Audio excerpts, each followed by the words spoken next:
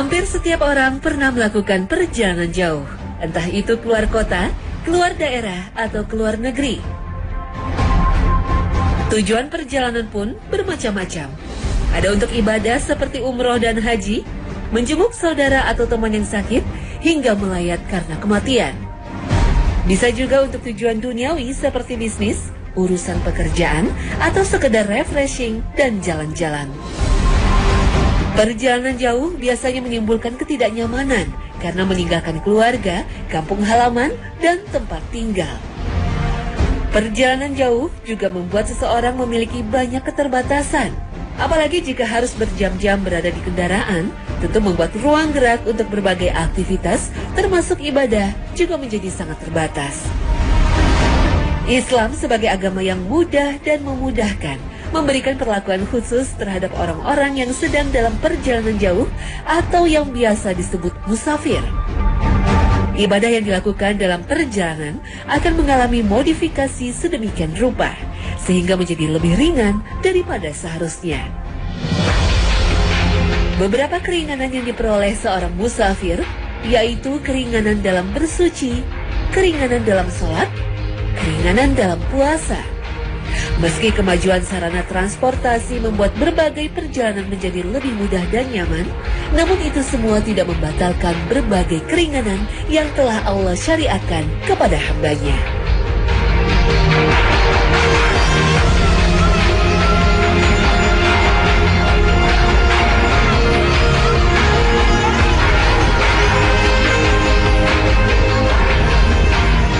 Assalamualaikum warahmatullahi wabarakatuh. Selamat pagi pemirsa Trans 7, Hasanah Ensiklopedi Islam Dunia. Pagi ini kembali hadir ke hadapan Anda untuk berbagi pengetahuan dan saling menasehati dalam kebajikan. Keringanan melaksanakan ibadah dalam perjalanan berkaitan dengan definisi dari perjalanan jauh itu sendiri. Seorang baru berhak atas keringanan jika ia layak disebut musafir. Musafir merupakan bahasa Arab yang digunakan untuk mengatakan orang yang sedang dalam perjalanan jauh. Dalam syariat terminologi, musafir kemudian berkaitan dengan berbagai hukum. Nabi Shallallahu Alaihi Wasallam sendiri tidak secara langsung menyebutkan definisi musafir yang dimaksud dalam syariat. Tapi yang menentukan jauh dan dekatnya sebuah perjalanan tentu saja jarak ke tempat tujuan. Seberapa jauh perjalanan sehingga seseorang disebut musafir dan layak mendapat keringanan? Para ulama kemudian membuat analisa dari praktek Rasulullah dan para sahabatnya. Salah satu pendapat yang masyhur dan dianut oleh mayoritas ulama dari berbagai mazhab, yaitu jarak seseorang diperbolehkan meringkas sholat adalah 4 burud atau sekitar 89 km. Ketika masa dahulu, jarak seperti ini rata-rata ditempuh dalam 2 hari perjalanan. Sedangkan masa sekarang dengan kecanggihan moda transportasi hanya 1 atau 2 jam perjalanan, bahkan bisa lebih cepat lagi. Meski begitu, keringanan dalam ibadah tetap berlaku karena yang menjadi batasan adalah jarak, bukan waktu tempuh. Keringanan pertama yang diperoleh seorang musafir adalah sholat qashar atau meringkas sholat. Keterangan ini disimpulkan dari praktek yang dilakukan oleh sahabat Nabi Ibnu Abbas dan Ibnu Umar, di mana beliau berdua tidak meringkas sholat dalam jarak kurang dari 4 burud. Hal ini diperkuat karena tidak ada keterangan dari sahabat lain yang berbeda dengan apa yang dilakukan oleh 2 orang sahabat Nabi tadi. Hal ini tampaknya tidak jauh beda dengan perjalanan jauh dalam kebiasaan sehari-hari. Jarak seperti ini biasanya sudah merupakan jarak antar kota yang mana orang biasanya akan mempersiapkan diri secara khusus untuk perjalanan sejauh itu. Jadi jika seorang musafir bertujuan mengunjungi sebuah kota yang berjarak 89 km atau lebih, maka ia diperbolehkan mengqashar atau meringkas sholat. Sholat yang boleh diringkas adalah sholat zuhur, asar, dan isya yang terdiri dari 4 rakaat menjadi 2 rakaat. Keringanan meringkas sholat dapat kita temukan dalam surah An-Nisa ayat 101. Dan apabila kamu bepergian di muka bumi, maka tidaklah mengapa kamu mengqashar sholat jika kamu takut diserang orang-orang kafir. Sesungguhnya orang-orang kafir itu adalah musuh yang nyata bagimu. Al-Quran Surah An-Nisa ayat 101. Salat qasar atau praktek meringkas salat dalam perjalanan juga selalu dilakukan oleh Rasulullah Shallallahu Alaihi Wasallam. Hal ini diceritakan oleh sahabat Ibnu Umar bahwa selama ia menemani Nabi Shallallahu Alaihi Wasallam dalam perjalanan, beliau selalu meringkas salat menjadi 2 rakaat. Hal yang sama juga dipraktekkan oleh Abu Bakar, Umar, dan Utsman radhiyallahu anhum. Meringkas salat bagi musafir merupakan sebuah pilihan yang Allah berikan kepada hambanya. Keringanan ini boleh diambil, boleh juga tidak. Imam Muslim meriwayatkan dalam kitab Sahihnya bahwa para sahabat yang sedang dalam perjalanan bersama Rasulullah ada yang meringkas salat, ada yang tidak. Ada yang berpuasa dan ada yang tidak. Antara mereka tidak ada yang saling menyalahkan atau mencela. Hal senada juga diungkapkan oleh istri beliau Ummul Mukmin Aisyah. Ibunda Aisyah menceritakan bahwa suatu ketika ia umroh bersama Rasulullah Shallallahu Alaihi Wasallam. Ia berpuasa sedangkan Rasul tidak. Rasul meringkas salat dan ia tidak. Ibunda Aisyah kemudian menanyakan hal ini kepada Rasulullah dan beliau menjawab, "Engkau telah bersikap benar, wahai Aisyah."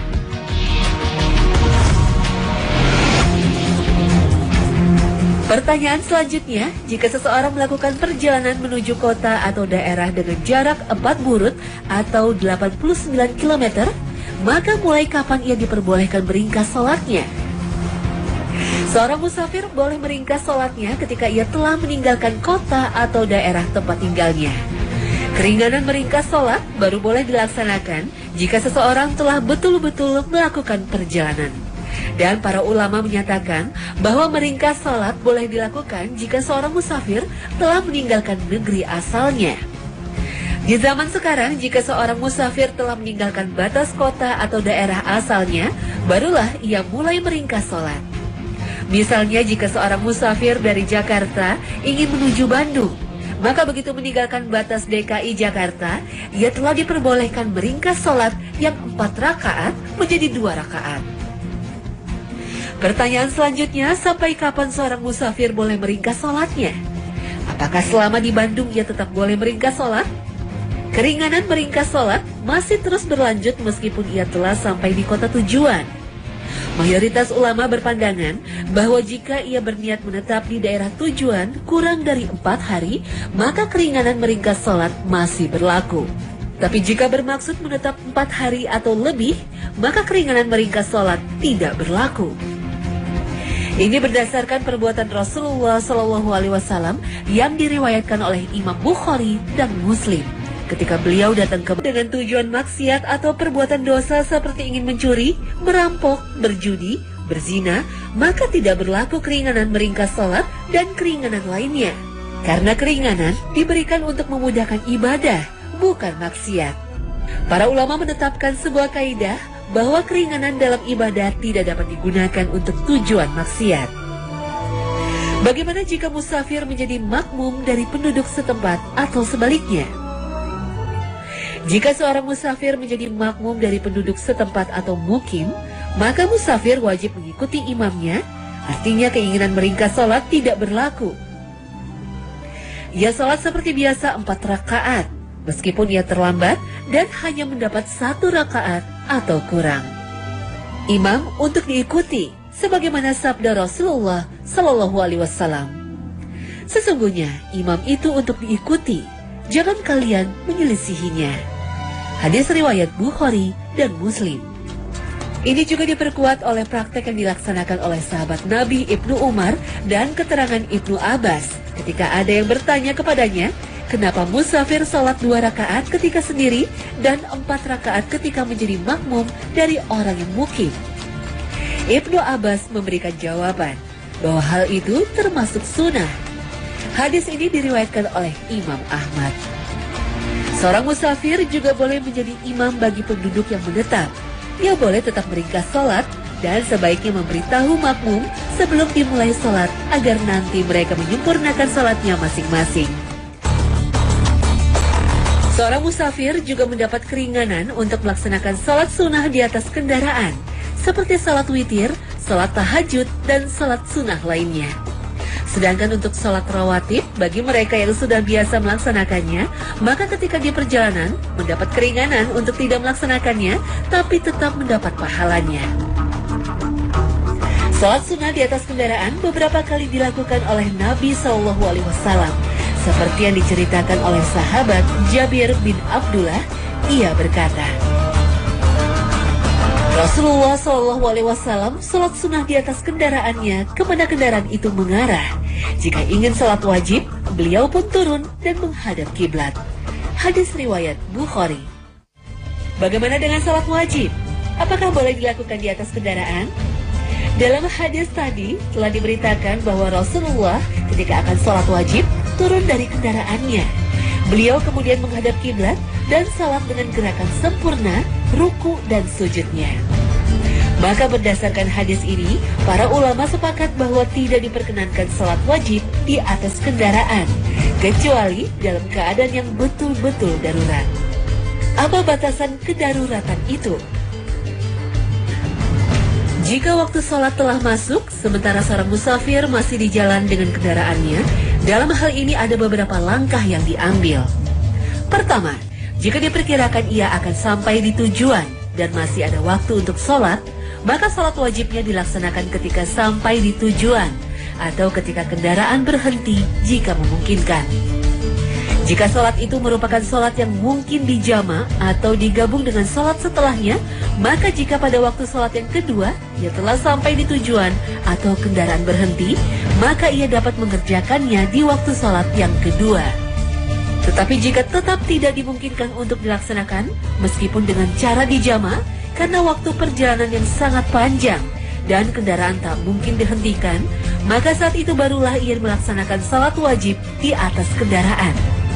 Jika kendaraan memiliki tempat yang tersedia untuk melakukan salat wajib dengan sempurna seperti di kapal laut, maka ia harus salat di tempat itu dengan sempurna, menghadap kiblat, menyempurnakan ruku, sujud, dan rukun lainnya. Jika tidak tersedia, maka barulah ia salat di tempat duduknya. Maka pelaksanaan salat wajib di tempat duduk sama dengan pelaksanaan salat sunnah di kendaraan. Jika memungkinkan ia menghadap kiblat pada takbir, kemudian ruku dan sujud, cukup dengan isyarat membungkukkan badan, di mana sujud lebih rendah dan ruku.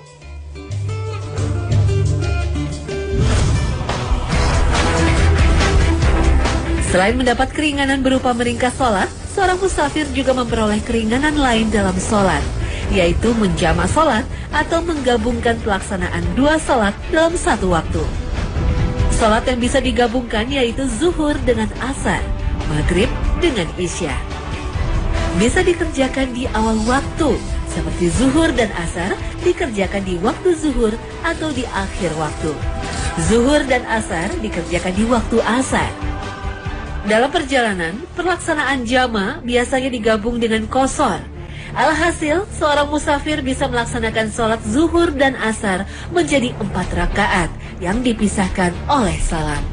Zuhur 2 rakaat, kemudian salam, dan dilanjutkan sholat asar 2 rakaat, ditutup salam. Adapun bila ingin melaksanakan jumlah rakaat secara penuh, zuhur 4 rakaat dan asar 4 rakaat, maka hal itu dibolehkan. Praktek menggabungkan sholat ini beberapa kali dilakukan Rasulullah ketika beliau dalam perjalanan. Seperti yang diceritakan oleh Ibnu Umar, ia mengatakan, "Aku pernah melihat Rasulullah SAW jika ingin segera berangkat untuk perjalanan, maka beliau mengakhirkan sholat maghrib dan menggabungkannya dengan sholat isya." Hadis riwayat Bukhari, Muslim. Hal yang sama juga disampaikan oleh sahabat Anas bin Malik. Beliau mengatakan, jika Rasulullah SAW memulai perjalanan sebelum matahari tergelincir, beliau mengakhirkan salat zuhur pada waktu asar dan menggabungkannya. Dan jika berangkat setelah tergelincir matahari, beliau salat zuhur terlebih dahulu, kemudian berangkat. Hadis riwayat Bukhari, Muslim.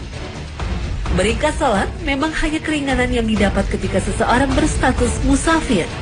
Sedangkan menggabungkan sholat tidak selalu harus musafir, Keringanan menjama atau menggabungkan sholat dapat juga dilakukan ketika sakit, hujan deras, atau kesulitan lainnya. Suatu ketika pernah Rasulullah SAW menggabungkan sholat zuhur dengan asar, maghrib dengan isya tanpa ada hujan atau kekhawatiran.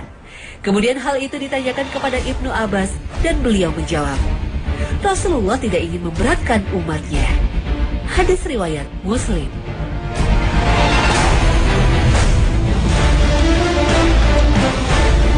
Seorang musafir juga mendapat keringanan mengusap punggung khuf dengan tangan yang sebelumnya telah dibasahi air. Khuf merupakan sejenis sepatu bot yang menutupi mata kaki. Khuf atau sepatu biasa dipakai jika dalam perjalanan atau cuaca dingin yang ekstrim, ataupun dipakai dalam tugas seperti tentara dan sebagainya. Mengusap khuf merupakan pengganti mencuci kaki ketika wudhu. Jadi, seorang musafir tidak perlu melepas khufnya ketika berwudu, tapi cukup mengusap sepatu yang dikenakan dengan syarat sepatu tersebut dikenakan dalam keadaan suci setelah berwudu. Dan sepatu itu menutupi sampai mata kaki. Keringanan mengusap sepatu bagi musafir berlaku sampai 3 hari. Selama masa 3 hari itu, tentu saja sepatu itu tidak dibuka. Jika dibuka, maka wudunya menjadi batal. Setelah lewat 3 hari, maka sepatu dilepas, lalu berwudu lagi dengan mencuci kaki. Setelah itu dapat dibasuh kembali saat wudu. Ali bin Abi Thalib radhiyallahu anhu berkata, Rasulullah SAW memberi keringanan mengusap sepatu selama 3 hari 3 malam bagi musafir dan sehari semalam bagi orang mukim. Hadis riwayat Muslim.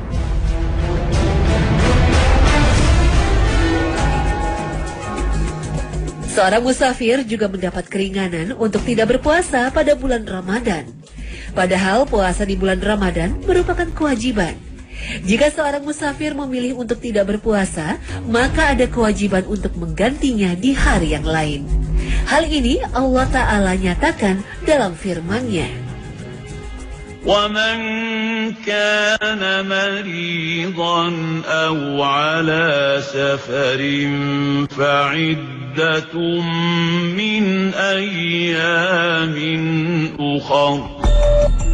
Di samping keterangan dari ayat tadi, tidak berpuasa di siang hari bulan Ramadan juga pernah dilakukan oleh Nabi SAW ketika beliau dalam perjalanan jauh.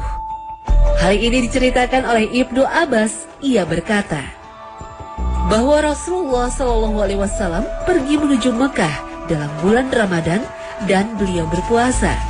Ketika sampai di daerah Qadid, beliau membatalkannya. Kemudian orang-orang melakukan hal yang sama. Hadis riwayat Bukhari.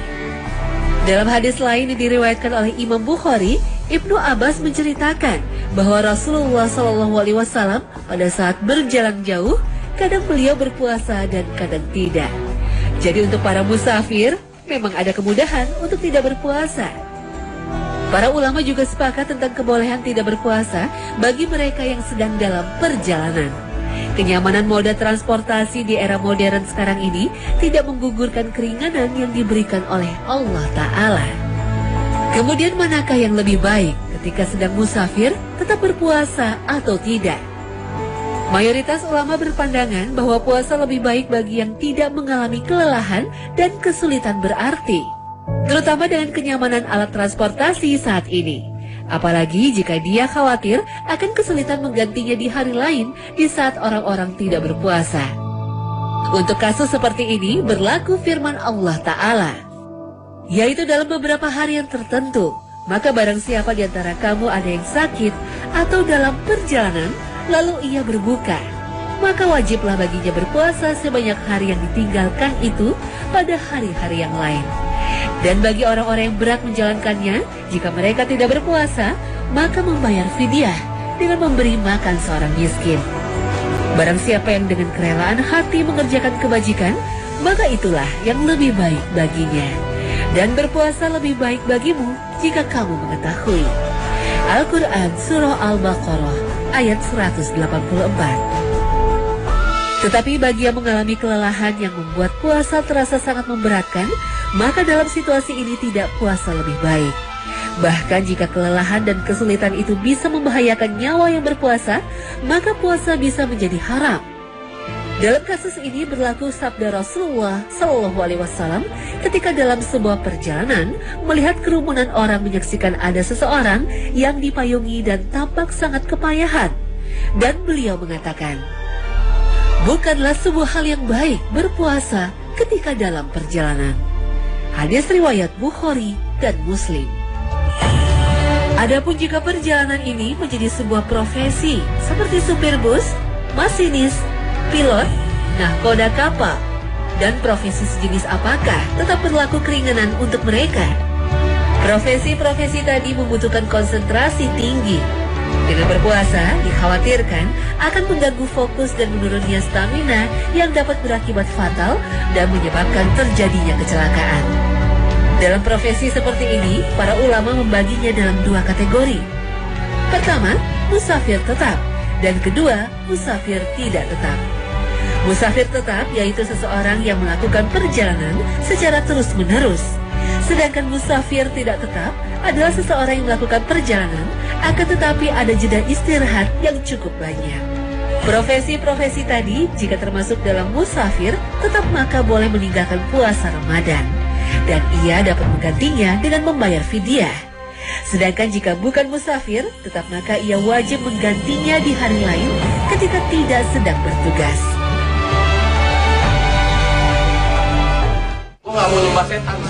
Pemirsa Hasanah, itulah beberapa keringanan yang diberikan syariat Islam kepada mereka yang dalam perjalanan jauh. Semua keringanan tadi merupakan pilihan.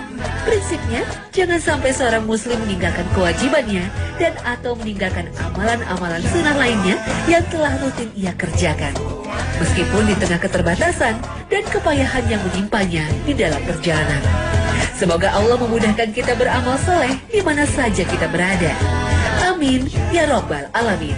Terima kasih atas perhatian Anda dan wassalamualaikum warahmatullahi wabarakatuh.